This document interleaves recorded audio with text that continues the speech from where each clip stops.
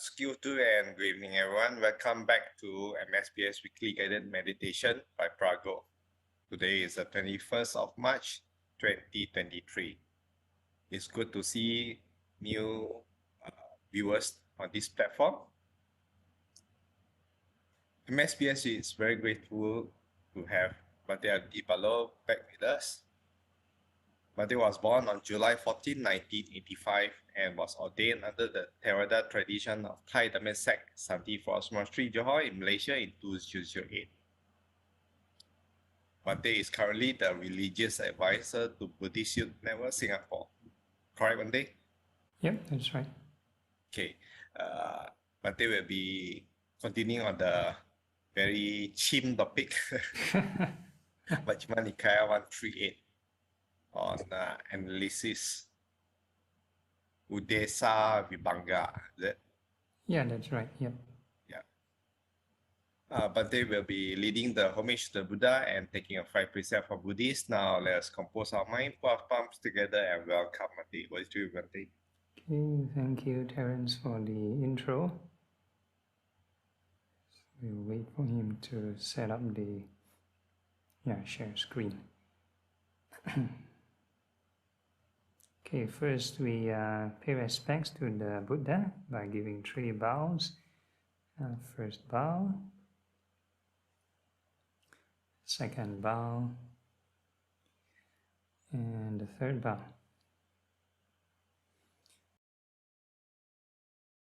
And we're doing the opening chant, homage.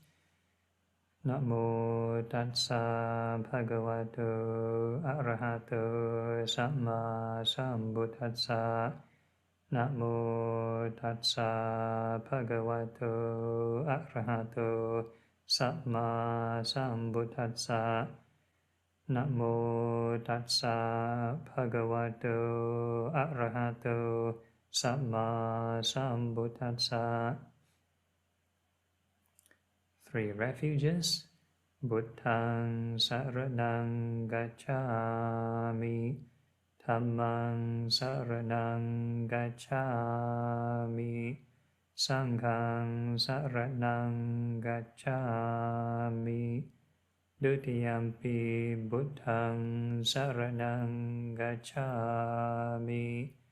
Dutiyampi dhammang saraṇaṃ gacchāmi. Dutiyampi sanghang saraṇaṃ gacchāmi. Tatiyampi buddhaṃ saraṇaṃ gacchāmi. Tatiyampi dhammang saraṇaṃ gacchāmi. Tatiyampi sanghang saraṇaṃ gacchāmi. And the 5 precepts. Pāṇātipāta vīramani sikkhapadang samadhiyāmi. Adinādāna vīramani sikkhapadang samadhiyāmi. Kāmesu micchācārā vīramani sikkhapadang samadhiyāmi. Musāvādā vīramani sikkhapadang samadhiyāmi. Surameraya majjapamadatthāna vīramani sikkhapadang samadhiyāmi.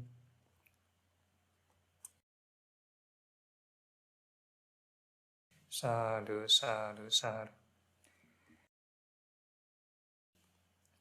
Okay, so good evening to everyone. So we are continuing the second week of this Uddesa-vibhaṅga Sutta, an analysis of the statement. So basically, short recap of what this is about.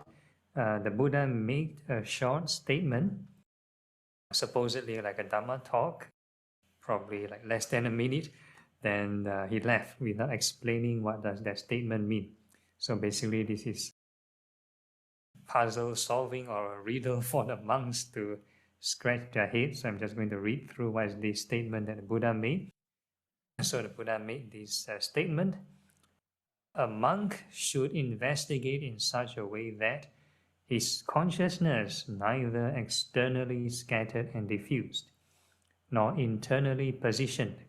He would from lack of clinging or sustenance be unagitated. And that's the first part, and the second part is more like reaffirming the first one. When his consciousness neither externally scattered and diffused, nor internally positioned, from lack of clinging or sustenance, he would be unagitated. There is no seed for the conditions of future birth, aging, death, or stress. Right, so this is the statement. So for those who are new, let's see whether they can figure out what does it mean. So most of us, if they're scratching our head, what is this statement about?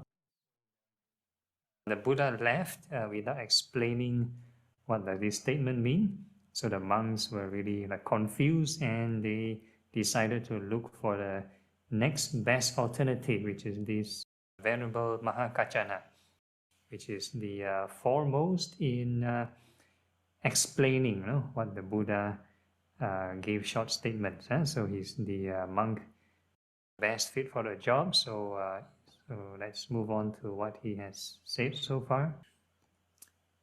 Okay, so this is how Venerable Maha Kaccana tried to analyze the statement part by part.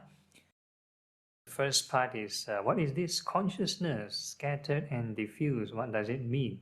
So we talked about this last week. So basically, in Buddhism, this consciousness is defined as depending on your sense organ. For example, we have, although we say it's very profound, we sort of learn it in primary school science. We have the eye, the ear, the nose, the tongue, the body, right, the nervous system. So of course we learn the five senses, and the eyes will see sights, the ears will hear sounds, and so on and so forth. Okay, so the Buddhist formula would, depending on the eye, your eye organ, depending on the visual object, then eye consciousness will arise. So that's the sort of Buddhist formula on how this awareness arises, awareness from the eyes, right? So awareness is not like a fixed entity, so and likewise, depending on the ear and depending on the sounds, let's say my voice, then ear consciousness arises, right? So this is how the rest of the senses work also. And for the mind, it would be depending on your mind door. So in this case, I'll take it as our brain.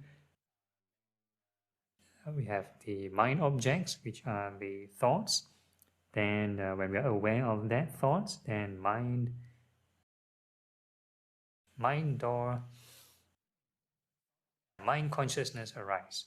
So that is the formula. So what happened is the mind is scattered when we get carried away by the sense stimuli.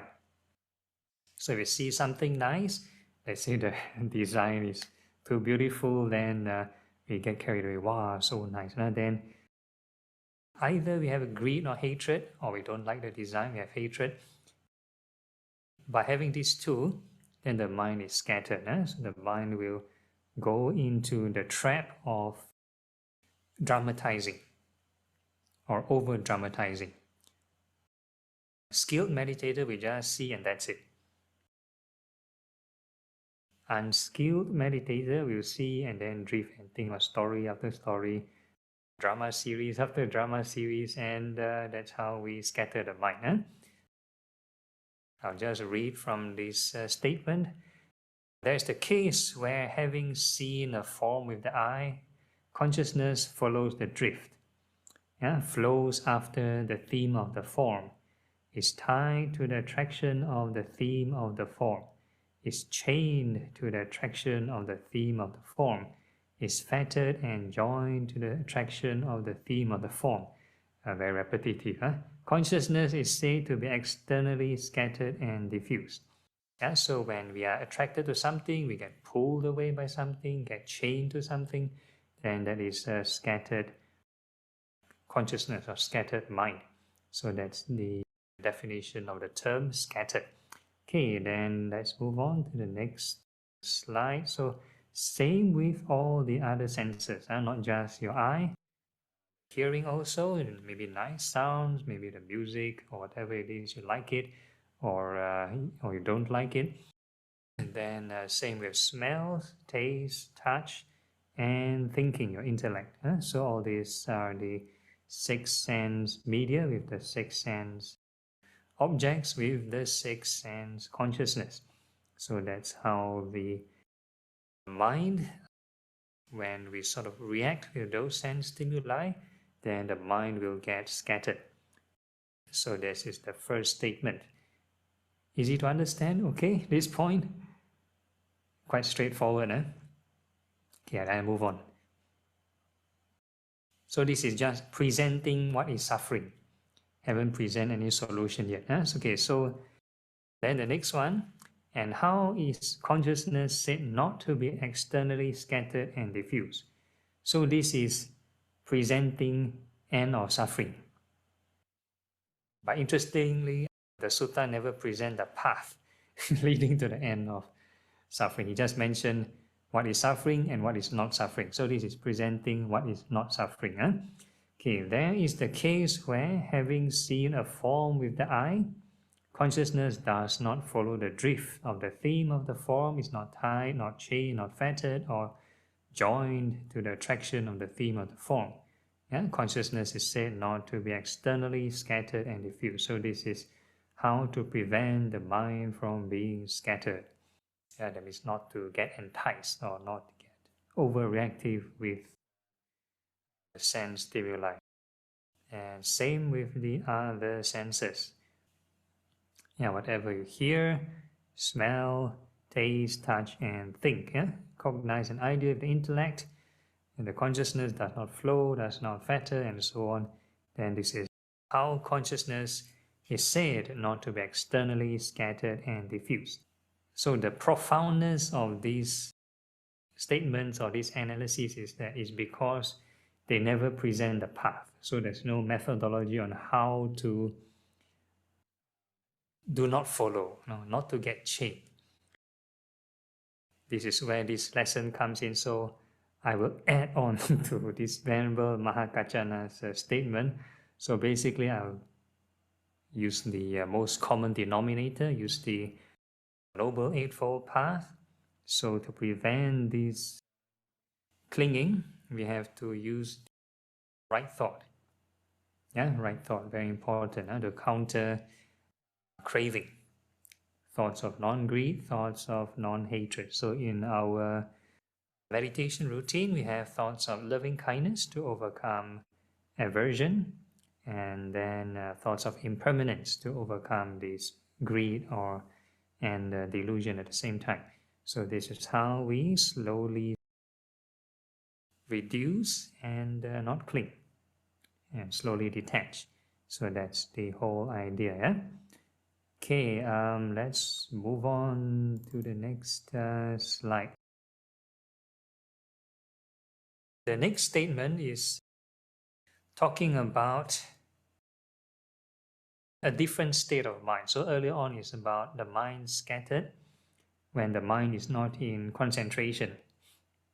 So this time they are presenting this statement talking about when the mind is, let's say, in concentrative states, but also having problem. When the mind internally positioned. So I'm just going to read through this statement. And how is the mind said to be internally positioned? There is the case where a monk or any practitioner, quite secluded from sensuality, secluded from unskillful qualities, enters and remains in the first jhana, or this first level of concentration, rapture and pleasure born of seclusion, accompanied by directed thought and evaluation. His consciousness flows the drift of the rapture and pleasure born of seclusion, is tied and so on, chained, fettered, and joined to the attraction of the rapture and pleasure born of seclusion.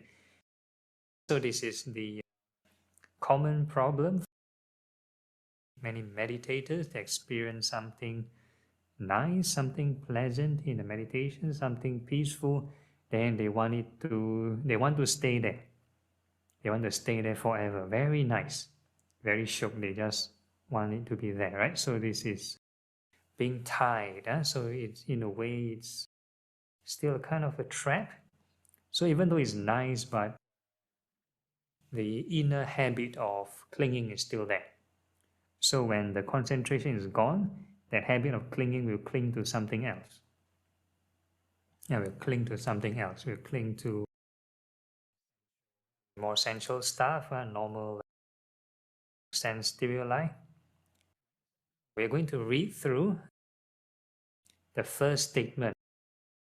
So normally in the first level of concentration, they mention quite secluded from sensuality.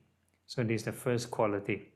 So in the Buddhist kind of concentration, they mention quite secluded. It's not total seclusion. Some people have the idea that concentration must be totally, you cannot hear anything, totally cannot sense anything, totally like a suspended animation. So that's not the case. So this one is quite secluded. There's still thinking involved. The other factors, they mention these rapture and pleasure. Right? So some translators translate piti and sukha as rapture and pleasure.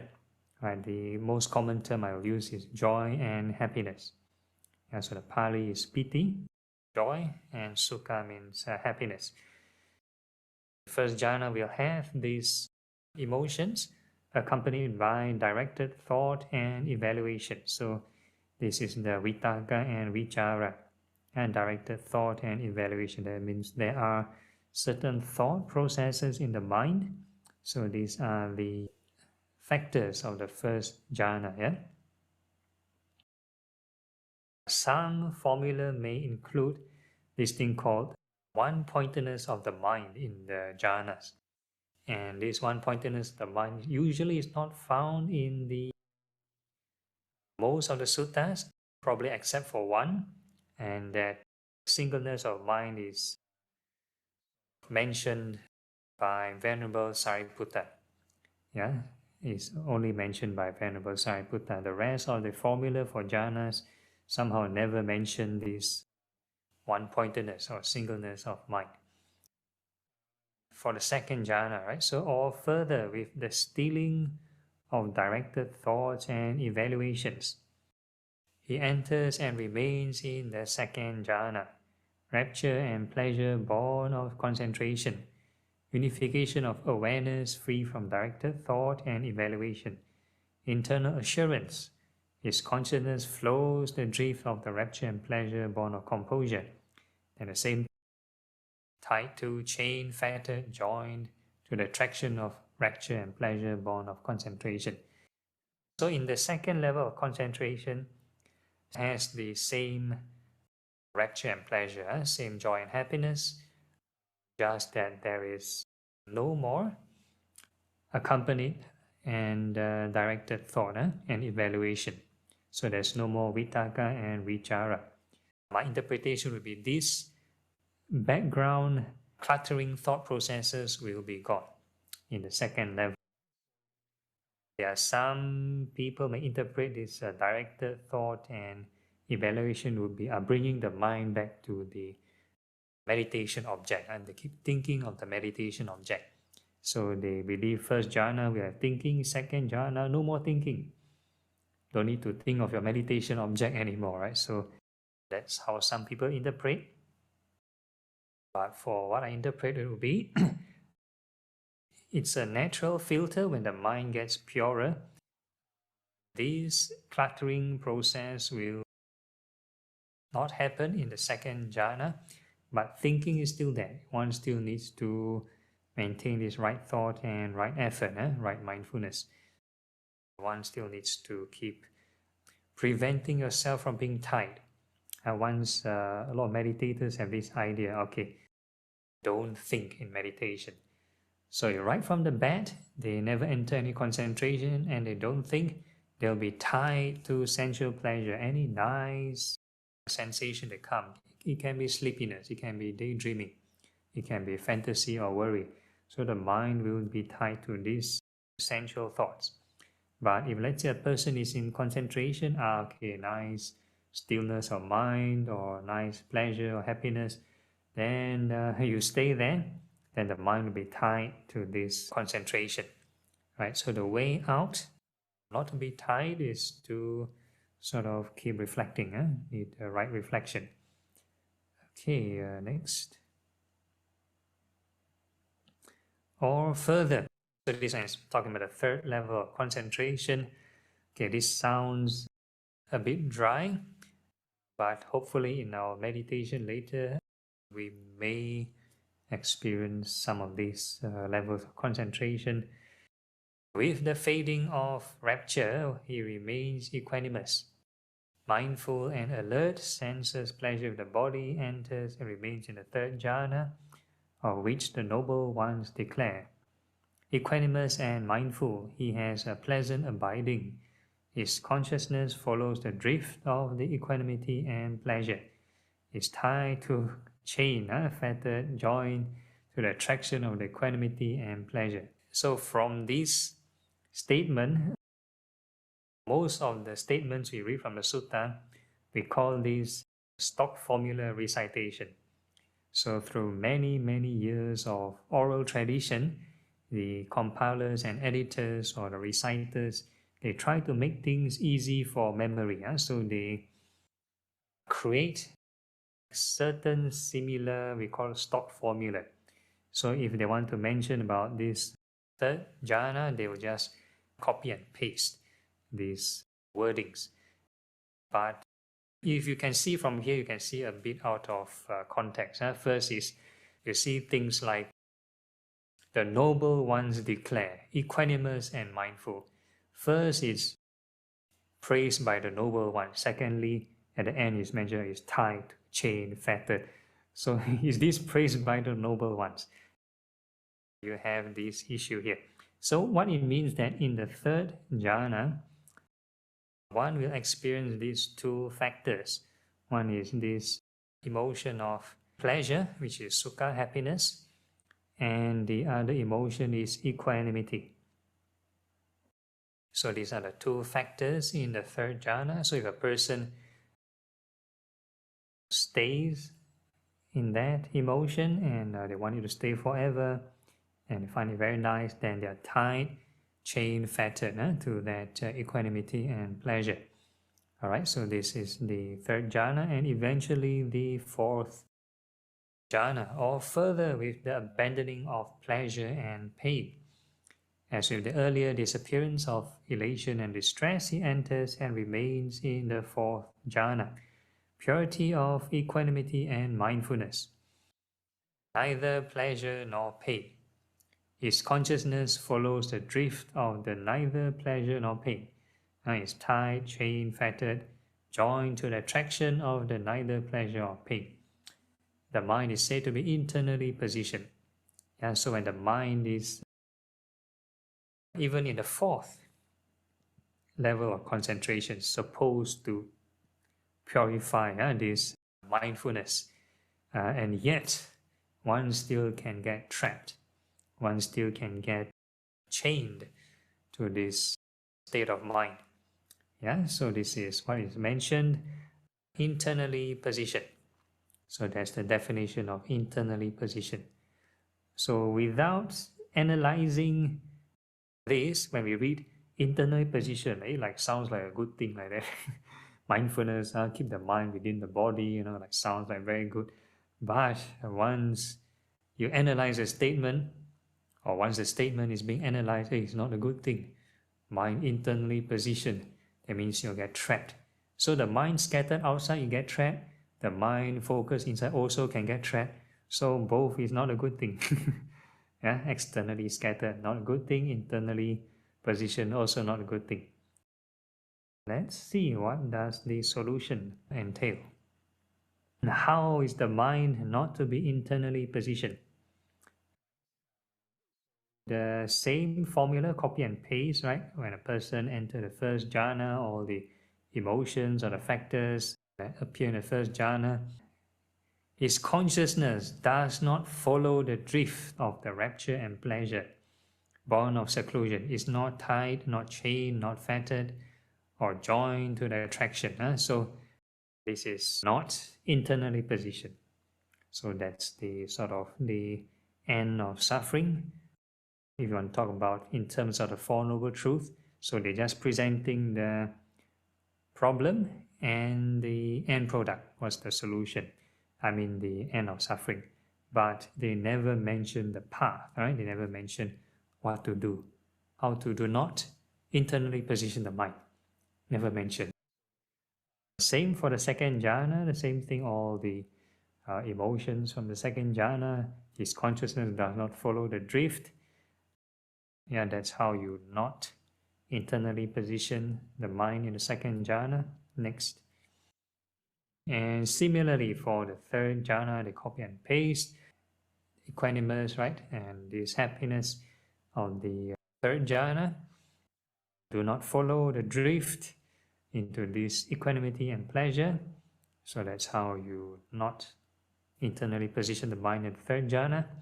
And same for the fourth jhana, one experiences equanimity and mindfulness, and you do not follow the drift of this neither pleasure nor pain. That means the equanimity, and that is how they define the mind is said to be not internally positioned. That's how he explains the statement. So I will not bombard you further with this wordy analysis. Next lesson to sort of discuss the further parts of the statement. Yeah? We've talked about the scattered mind. When the mind is not in concentration, how does the mind get pulled away?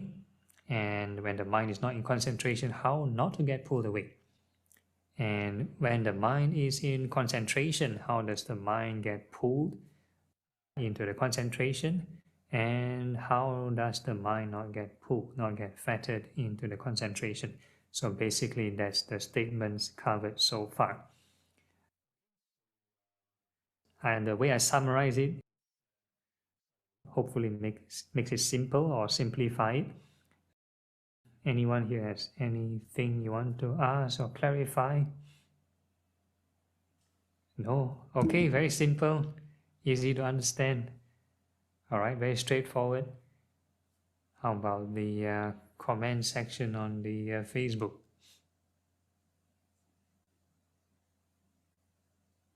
No? Okay, so pretty straightforward. Huh? So we are going to have a 5-minute break so that you can do your stretching or relieve yourself, and we'll be back for the guided sitting meditation. Hopefully we can explore these concepts, experience how to get trapped, how not to get trapped, differentiate what is it like being trapped and not being trapped. Okay, so let's go for the break, and we'll see you in 5 minutes time.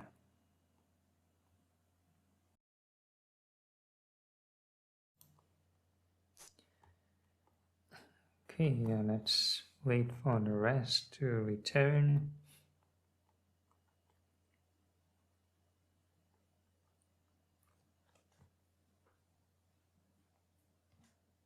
Actually, Bante, how come in the sutta he uses the term like stuck internally? I feel like stuck has kind of like a negative connotation, right? It's kind of a strange word. Yeah, it's more like trapped. Yeah. So I mean, why is it, if your mind is, if you're tied and shackled by gratification and the rapture and pleasure born of seclusion, then that's called stuck. There is jhanas without insight, and there is jhanas with insight. So doing jhanas without right insight may lead one to be trapped. But I thought insight, like Vipassana, comes after you exit the jhana, right? So first you enter the jhana, and then that's one experience. And then after you exit, then when your mind is clear, then you try to have some insight. Is that correct? Yeah, that's one way of doing it. Probably before the Buddha's time,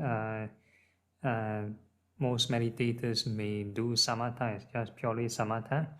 But after the Buddha got enlightened, he invented the combination of when a person is even in concentration, one needs to be mindful of impermanence also.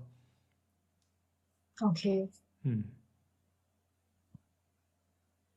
So Vipassana actually happens during the meditation and not... Also can be done in tandem. So I think I mentioned this example before. There's a sutta called in tandem. So this Venerable Ananda is interviewing all these enlightened monks, and he's asking them, what method, what strategy you use to reach enlightenment. So these monks give him the answer. So he sort of generalized. There are 4 strategies.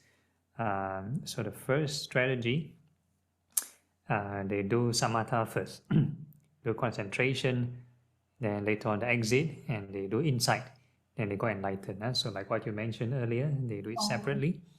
Then the other group is they do the other way around. They do this insight first, then they do this samatha, then they go enlightened. So there's a second group.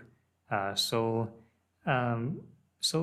probably it would mean vipassana kind of samadhi may not be the jhanas. So that's the second group. And the third group is the combination in tandem of both samatha and vipassana together. So that's both jhanas and contemplation to reach this enlightenment. So that's the third group. And the fourth group is something interesting.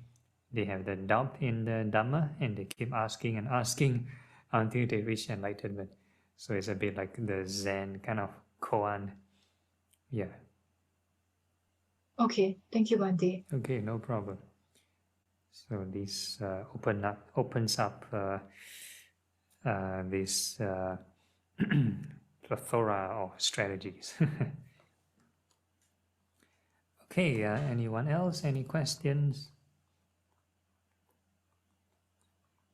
If not, then we can begin the guided meditation. Are the rest back yet? Alice and Irene?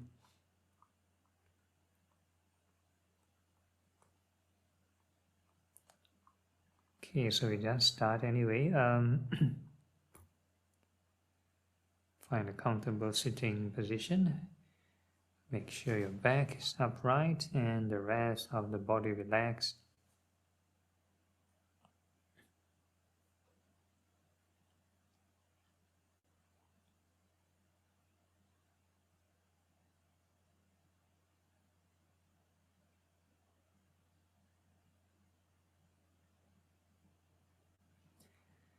Okay, then we are starting off with the feeling of the sensations of the body.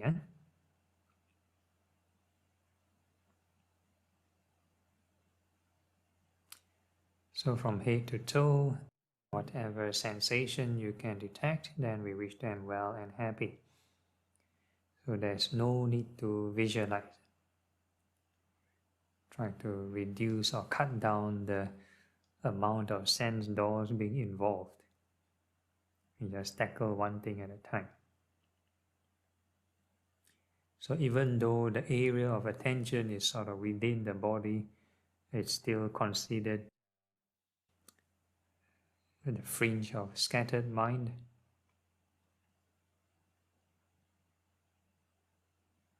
So in the Satipatthana, we call this restricted mind. Restrict within the confines of a certain area.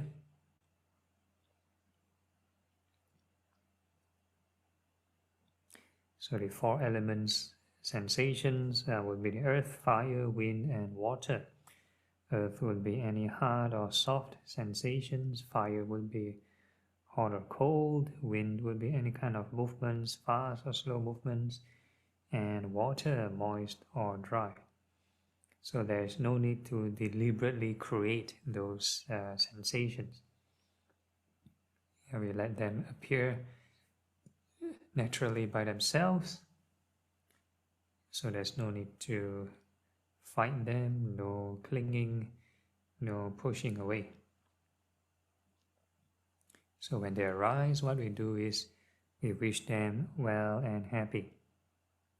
So this is to prevent further being fettered by these sensations. So before we wish them well and happy, you just feel the sensation. Some people say, okay, just be aware. And if you just know, the mind will most probably head to the two extremes. One extreme would be either you have nice sensations, nice feelings, then you'll react with greed. That means you want some more, very nice. So that is greed. Or if it's an unpleasant feeling, maybe a painful feeling, the earth element too tense, too tight, too pain, or whatever it is, or the heat element too hot, too discomforting, or too cold, maybe in your aircon room too cold, and you're shivering, and you dislike it, and then the mind will develop aversion. So this is an extreme.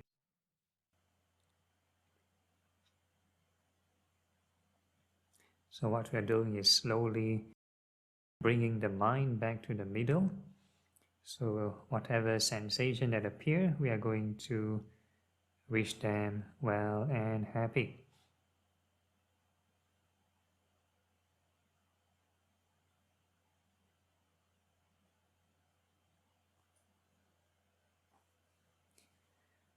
And the whole idea is because these mind moments are very fast. Every moment this consciousness arises very fast. One moment you're hearing what I'm saying, one moment you're feeling the body, one moment run somewhere else. So it's very fast. So it will get tight and fettered with a new sense stimuli. So what we need to do is every time you detect any new sensation, you're going to wish it well and happy. So it's mental conditioning or reprogramming of the mind. We call this right effort. So there's lots of repetition. New sensation arise, and we wish it well and happy. New sensation arise, we wish it well and happy. So the whole idea is never ever leave the mind idle.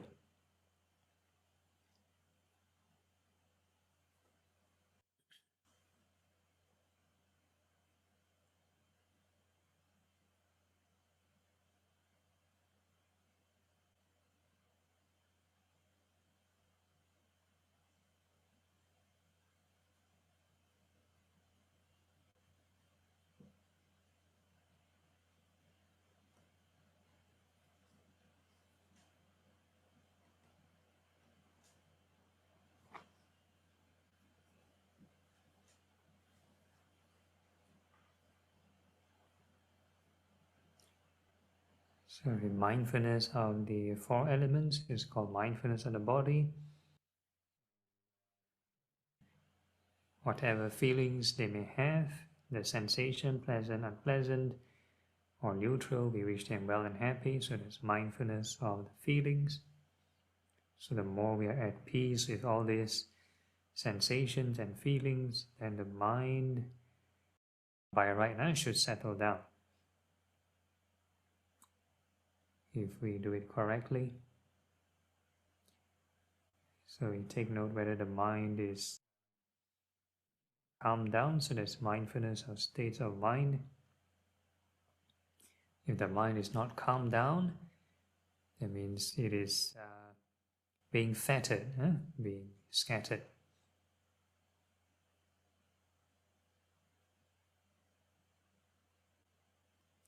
And we call this scattered mind outflows. So now we generate some right thought and we wish all these sensations well and happy, then we take note of what happened to the mind.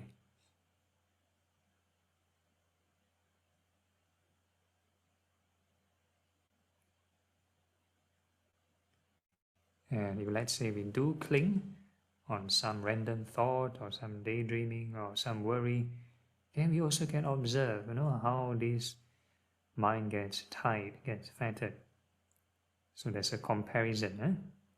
For people who never meditate, their mind is always in the outflow. So there's no comparison between not clinging and clinging. So it's very one-dimensional or one-directional.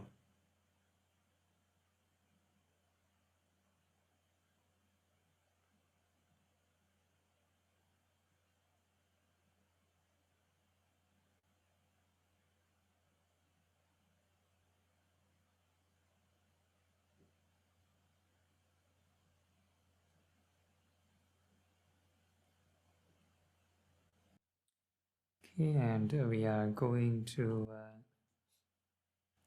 continue this wishing all these sensations well and happy until the mind is quite settled down.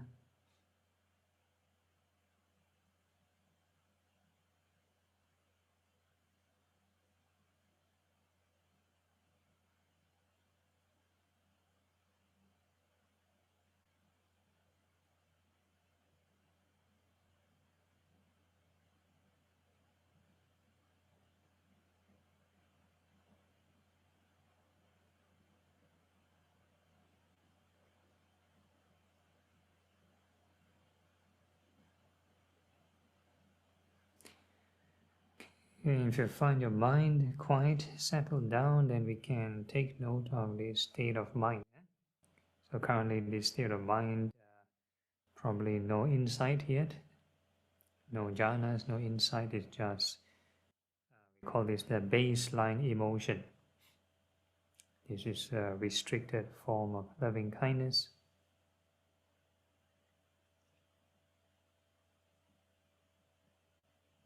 Probably very bland, nothing unique at this point.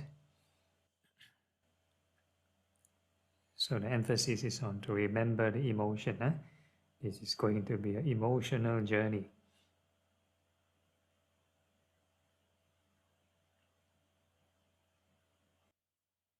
The importance of remembering the emotion is akin to remembering the signposts and landmark when we go on a journey. So what we're going to do now is we're going to wish all beings in all directions well and happy, above, below, and all across.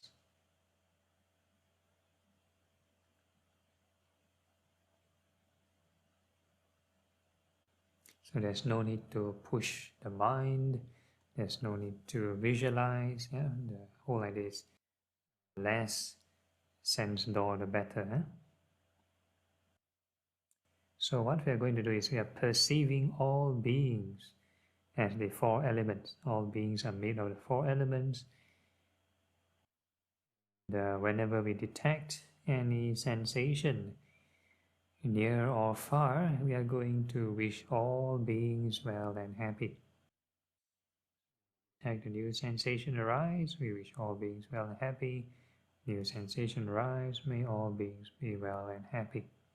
So we keep repeating. So the whole idea is not to follow the drift, keep repeating.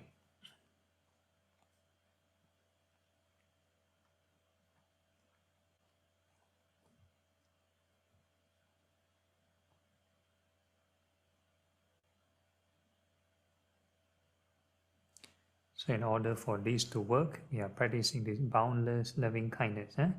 So there's no discrimination. Please do not think of any particular person or persons or groups of species. We perceive all beings as four elements. Just feel the sensations. All beings are made of these sensations.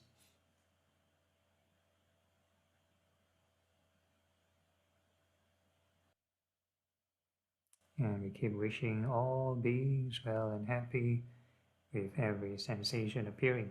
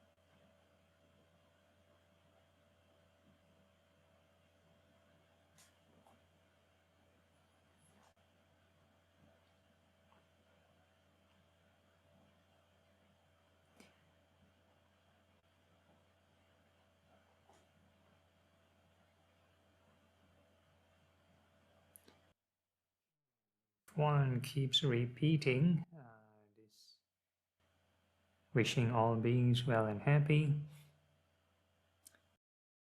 one may enter this first level of concentration. So if there's any increment of joy and happiness from within, then that will indicate the first level or the factors of the first level.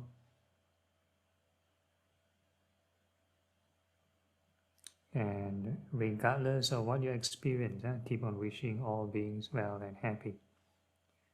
Do not get tied to these nice emotions or peaceful emotions.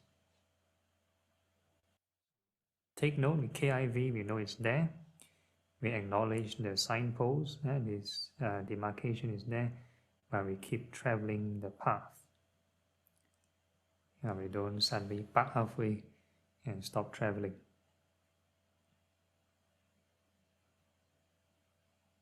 Keep wishing all beings well and happy. Everything else is just bonus.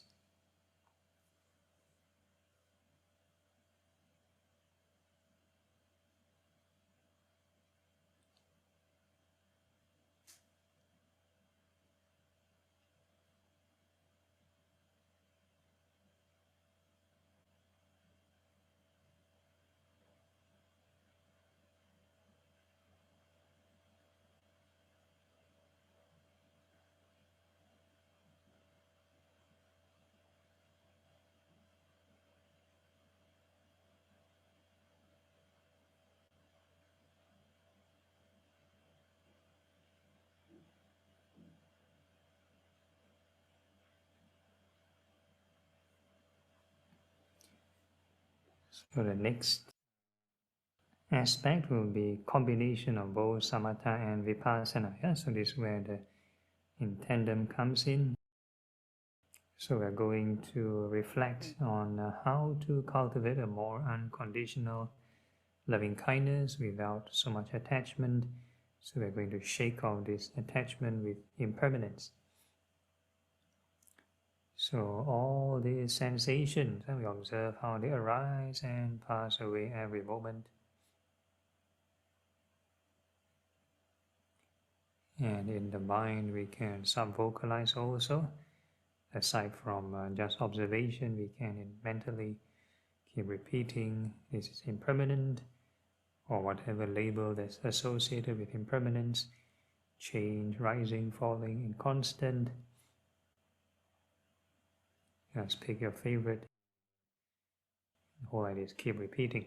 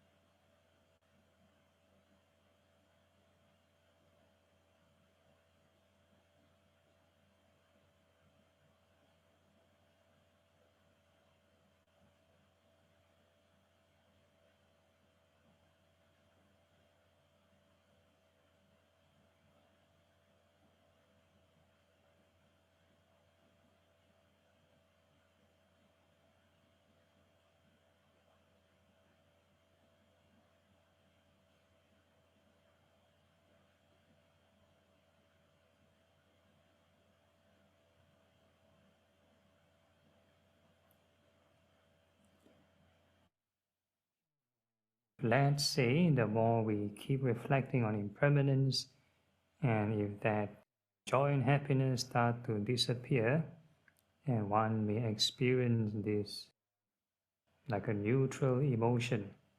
So we call this equanimity, a neutral but refreshing emotion. So it sort of jump from the first to the fourth, bypassing the second and the third.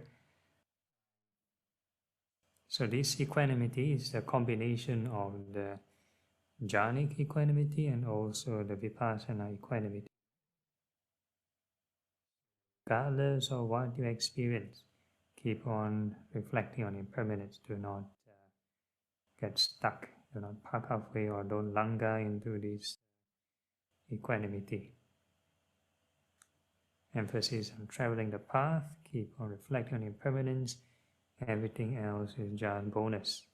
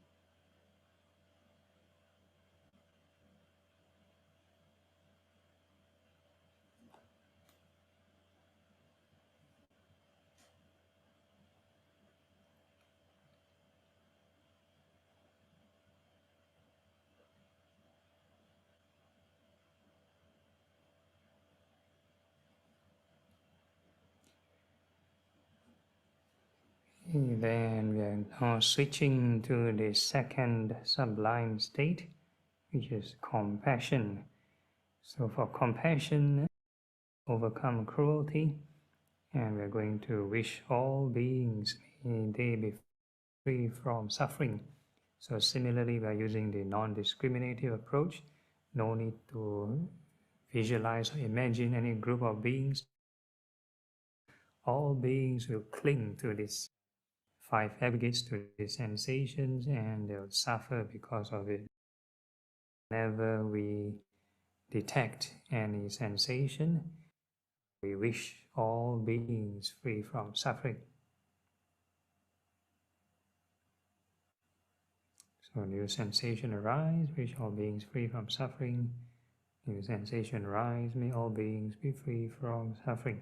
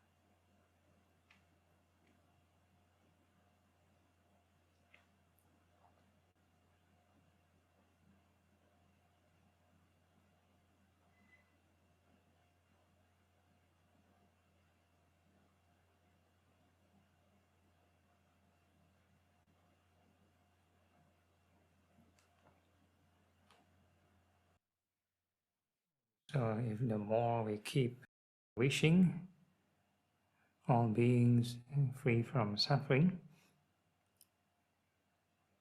and if let's say we do it correctly, the mind settles down, one may experience this second level of concentration, which has the emotion of joy and happiness. So by right conventional, compassion is just sadness, sorrowful emotion, but this one is got joy and happiness. So this one is the concentrative kind of compassion. By reducing or secluding from the other sense doors, we don't imagine, yeah, this person so poor, this person hungry. Then we stop scattering the mind. Then the mind will recharge and develop this concentration.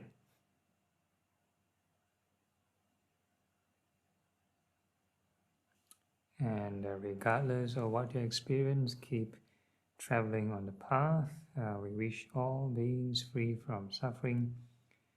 Anything else, everything else is just bonus.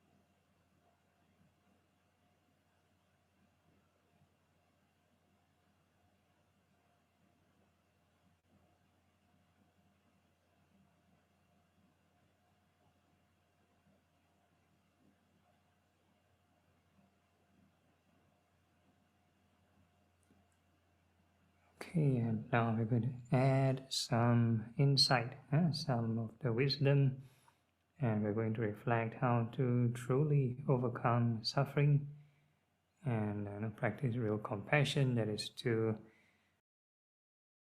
not cling on these aggregates or these sensations. So we're going to keep reflecting on impermanence, observe impermanence, and repeat impermanence in our mind.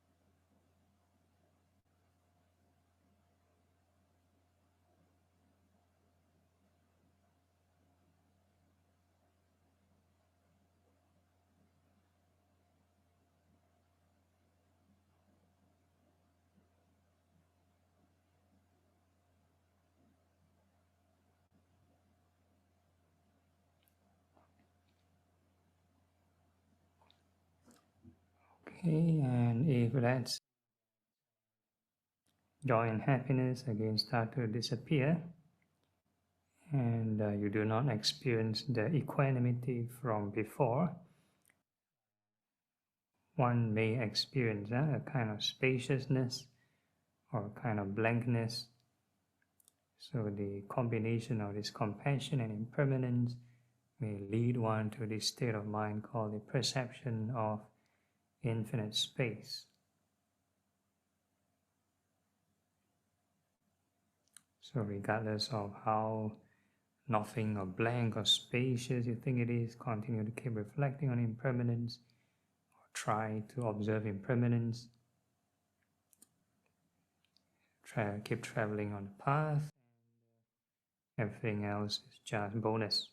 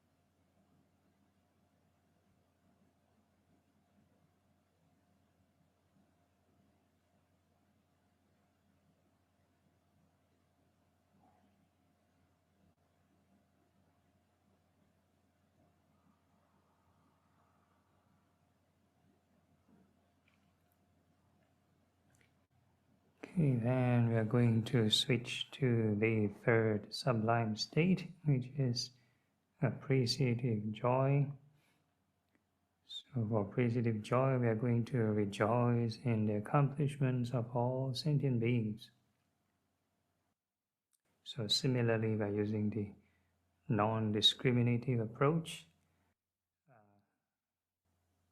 all beings, winners, losers, they'll gain something every moment, every sensation they detect, they'll gain a new experience. So likewise, when we detect any new sensation, we are going to rejoice with all beings. So every moment is appreciative joy, either rejoice or appreciation. Every moment, thankfulness, gratitude, quite closely related qualities.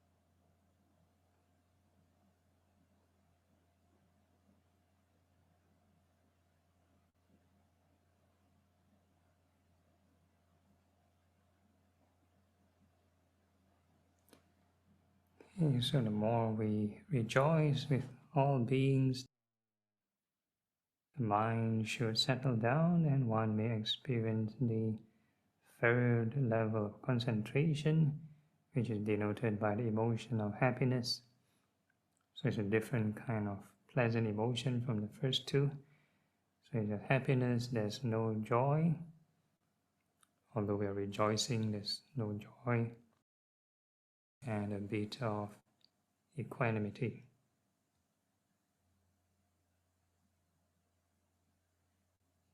And again, regardless of what you experience, continue to travel on the path, keep rejoicing with all beings. Everything else is just bonus.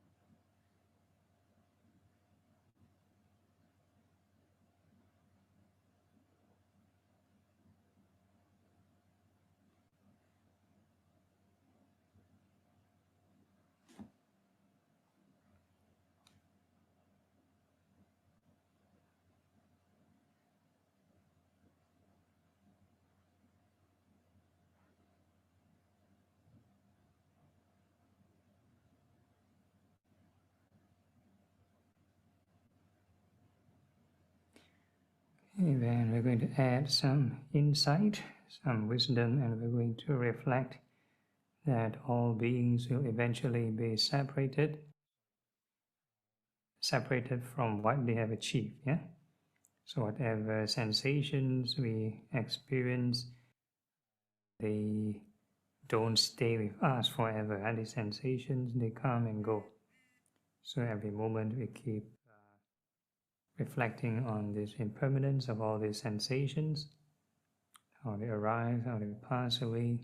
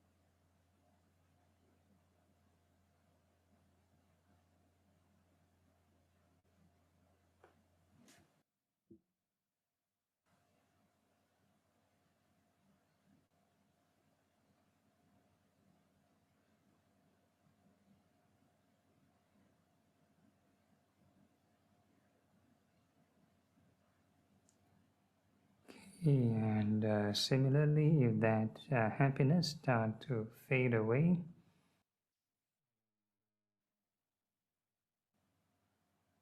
one may experience a kind of wholeness, either a sense of self, sort of meld with the entire surroundings, or sort of get enlarged. So we call this the perception of infinite consciousness.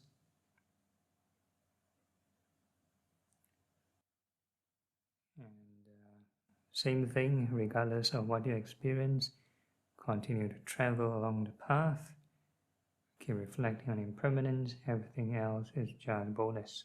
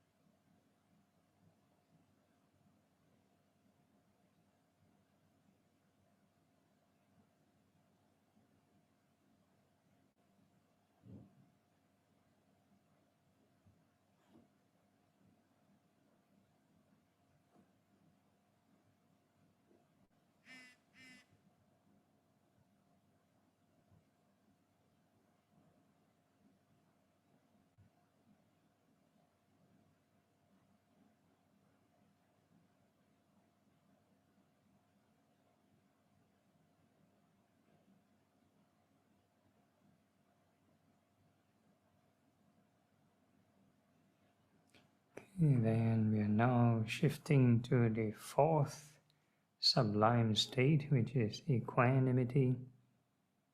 So for equanimity, we are going to reflect on karma. Yes, for this particular reflection, there is no need to over-imagine or speculate what we've done in the past. We just observe every moment to moment sensations. If let's say you experience a pleasant kind of sensation, that's because of good karmas ripening. And if you experience unpleasant kind of sensation, then that's due to bad karmas ripening. And if it's a neutral sensation, then neutral karmas ripening. So in short, all experiences are conditioned by karma. So you experience something new, new sensation arise, karma, new sensation arise, karma.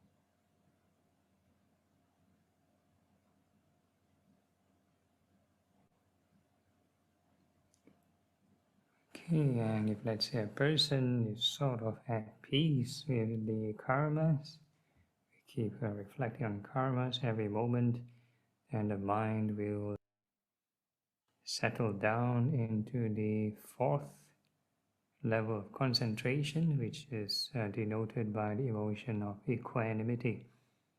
So this equanimity is just jhanic equanimity, no insight. So the reflection of equanimity will lead to equanimity.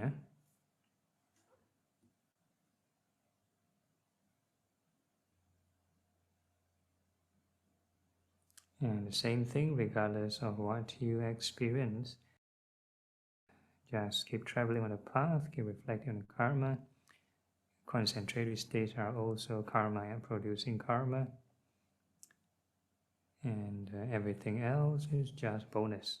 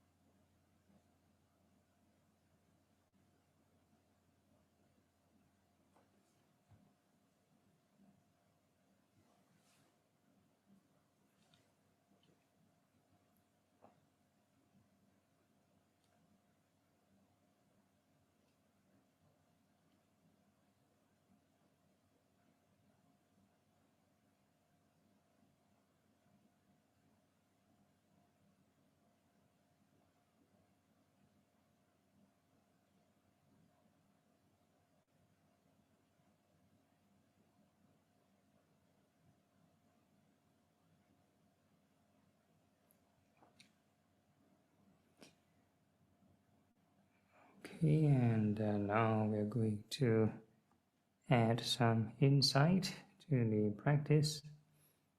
So we're going to reflect how to overcome these karmas.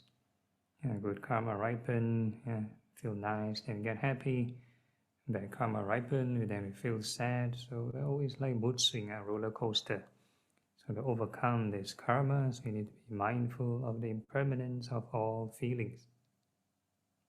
And pleasant, unpleasant, neutral feelings. See how they arise and pass away.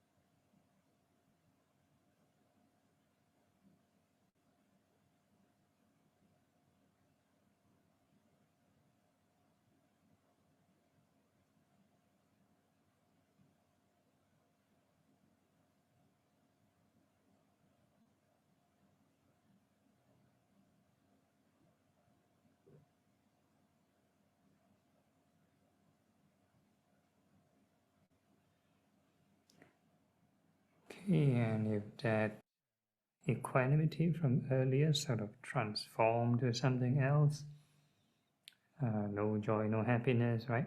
You get a new kind of blankness. So we call this the realm of nothingness.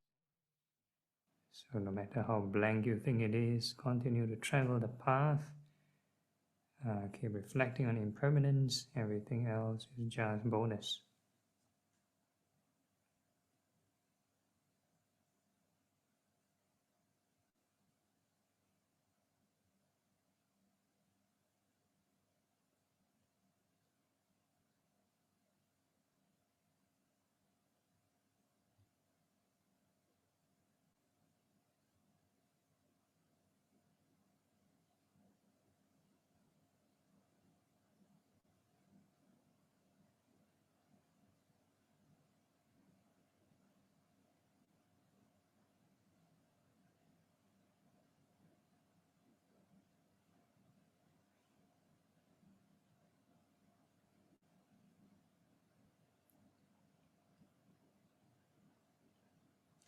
And if it is too quiet for you and you need something to investigate, then you can investigate on the 5 aggregates.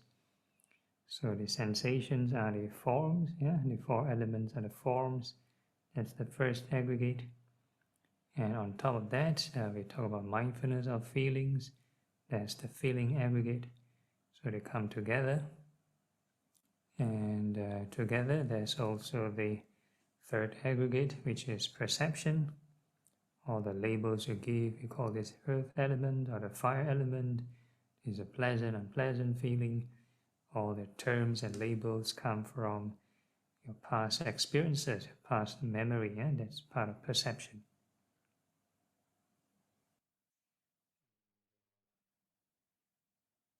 Fourth aggregate is called mental formation, and sometimes it's also called karmic formations. Every time a new thought is formed, that's a new karma. Every time you experience, hey, how come the mind wants to be directed to this experience? Why does it want to feel this sensation? Yeah, karma is ripening, mental formation.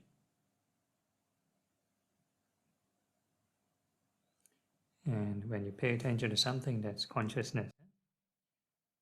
So how to not let your consciousness get chained or stuck on something, always mindful of impermanence.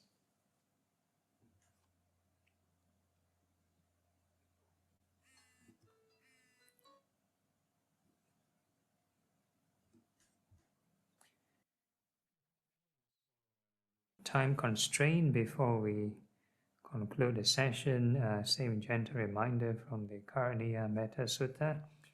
As long as we can maintain these boundless sublime states in all activities, all postures, then this is the noblest living. And with that, we can gently open our eyes, formally end the session, but informally still can generate right thought.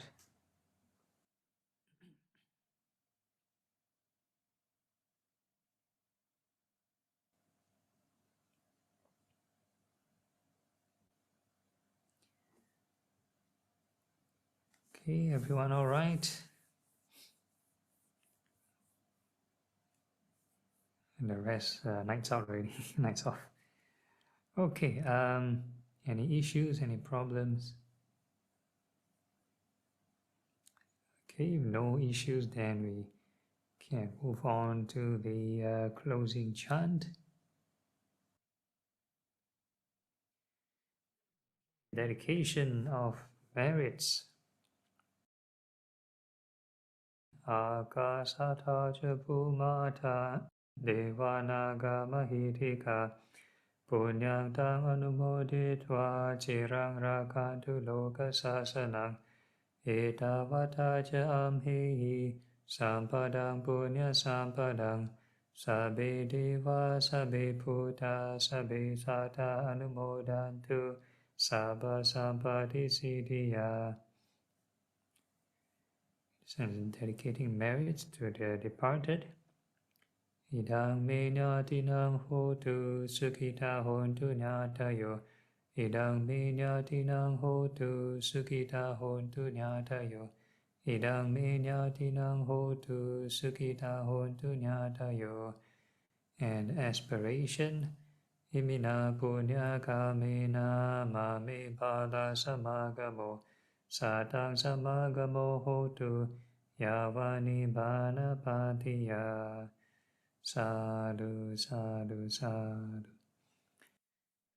Pay respects to the Buddha 3 times, with 3 bows. First bow, second bow, and the third bow.